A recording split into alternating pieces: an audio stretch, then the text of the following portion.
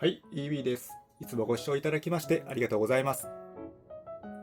今回は前回ご案内した通り、私が愛用している ECM というエスプレッソマシンとフレアエスプレッソというエスプレッソマシンのですね、それぞれの違いについてですね、お話ししようかなと思います。で、今回の趣旨としてはですね、どちらのマシンがいい悪いと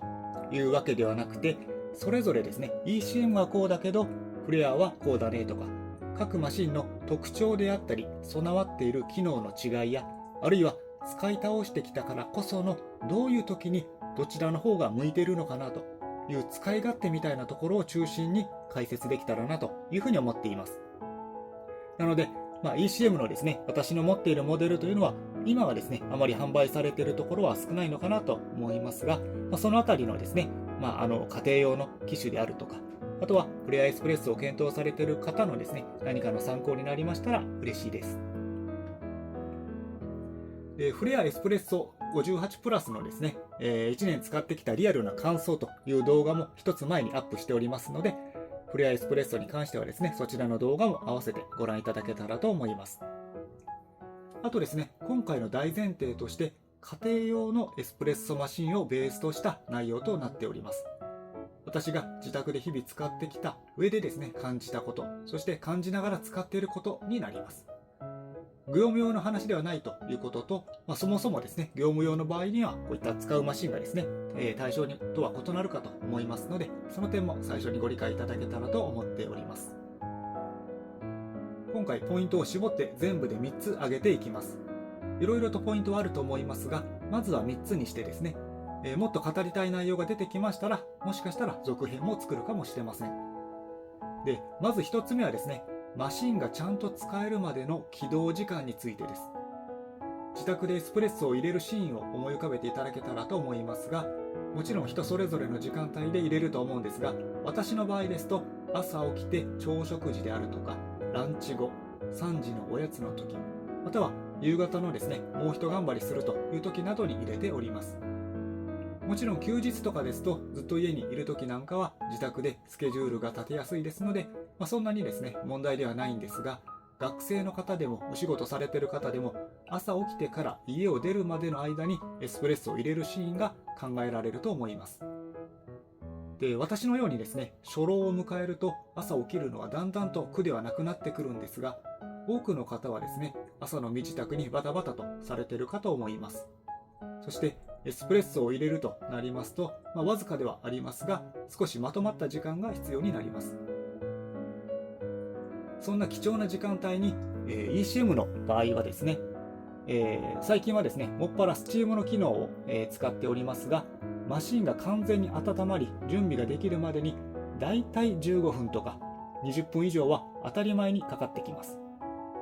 以前ですね、スチームのポイントという動画でも、お話をしたんですが、ランプが点灯または消えたら準備 OK というわけではなくて、性能を引き出すためや良いパフォーマンスを得るためには最低3回ぐらいは試運転をするということが必要になってきます。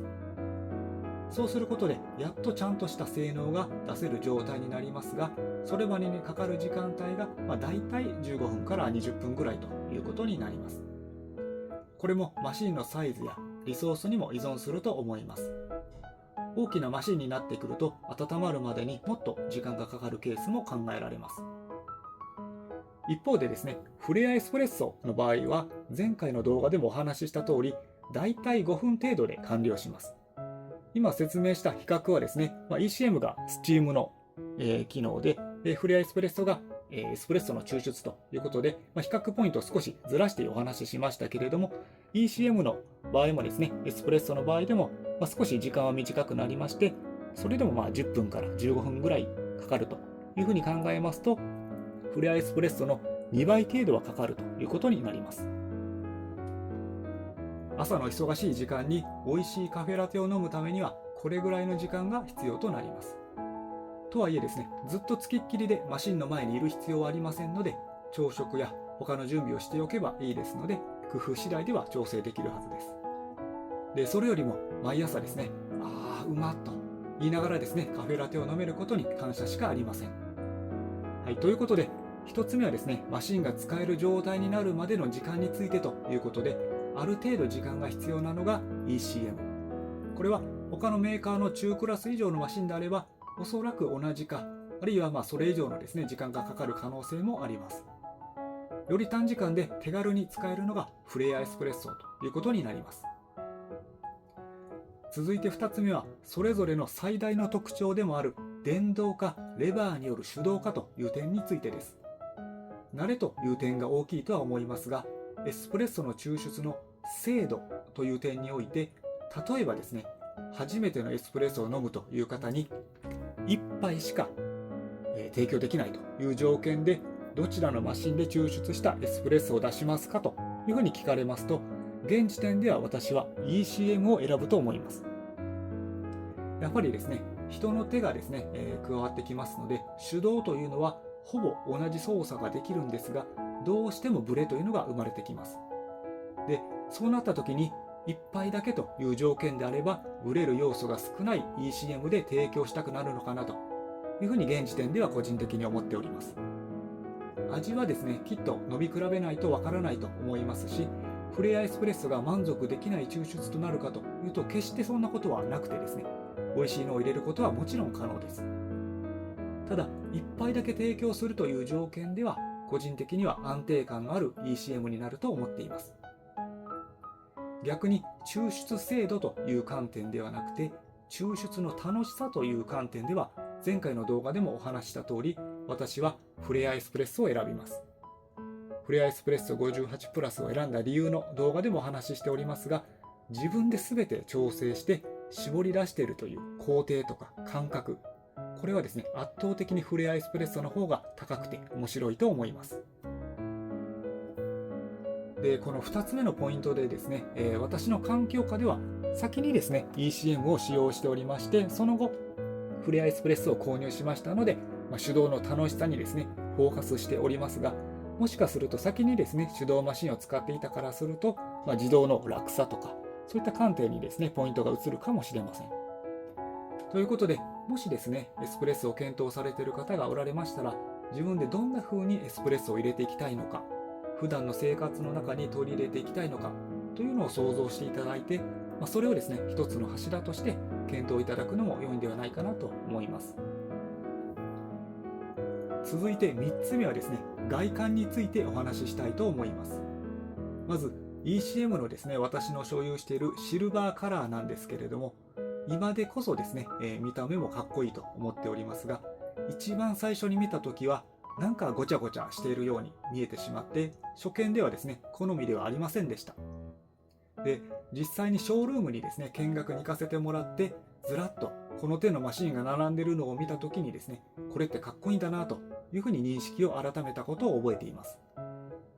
このポルタフィルターをですねセットするところとか、出っ張りも、ありますし、スチームとかですね、フォットウォーターとか、こういったものをですね、ノズルもですねたくさん出ておりまして、最初はこうごちゃごちゃという印象からですね、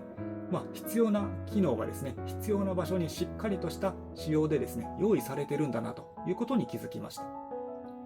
で、それに対してフレアエスプレッソの外観もですね、もう独特といえばかなり独特だと思います。個人的にはこのフィルムはですね、初めて見た瞬間からビビビとくるものがありましたが、多くの方からするとややいびつな形に見えているかもしれません。このようにですね、自宅で置く場合はですね、インテリアにも影響がありますので、サイズ感も含めて、このあたりの意識をですね、して検討いただけたらいいんじゃないかなと思います。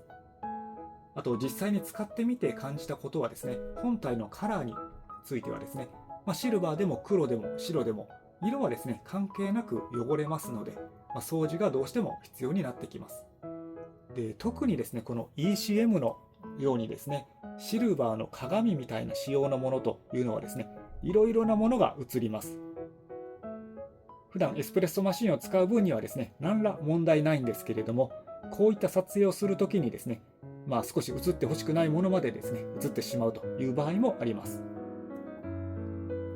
はい、ということで外観の中でも少しマニアックなお話をさせていただきました。まずはエスプレッソマシンの外観とか見た目というのは直感とか第一印象でもいいんですけれども、できればですね実際に目で見て触っていただいて検討されるのがいいかなと思います。合わせて機能面とか先ほどお話したような掃除の部分なんかもですね踏まえて、検討いただければと思います。はい、いかがだったでしょうか。今回は ECM とフレアエスプレッソのそれぞれの違いについてということで、実際にですね両方のマシンを使ってきたからこそのですねリアルな使い勝手の違いというところを紹介させていただきました。 ECM はもしかすると市場での認知度というのはそこまで高くないかもしれませんが、他のですね電気式のメーカーの大まかな仕様としては、類似するところもあると思いますので、一部ですね読み替えていただいて、そしてフレアのエスプレッソマシンを検討されている方に少しでも参考になれば嬉しいです。それぞれですね特徴や違いというのはですねなかなか一言では表現しきれなくて、それぞれいいところがたくさんありますので、エスプレッソマシン選びの参考になれば嬉しいです。私の思いとしてはですねエスプレッソマシンが各家庭にもっと広まって、エスプレッソがより日常に溶け込んだ存在になってくれたらなというふうに思っております。このチャンネルではエスプレッソを中心にコーヒーのレビューや自家焙煎の動画をアップしています。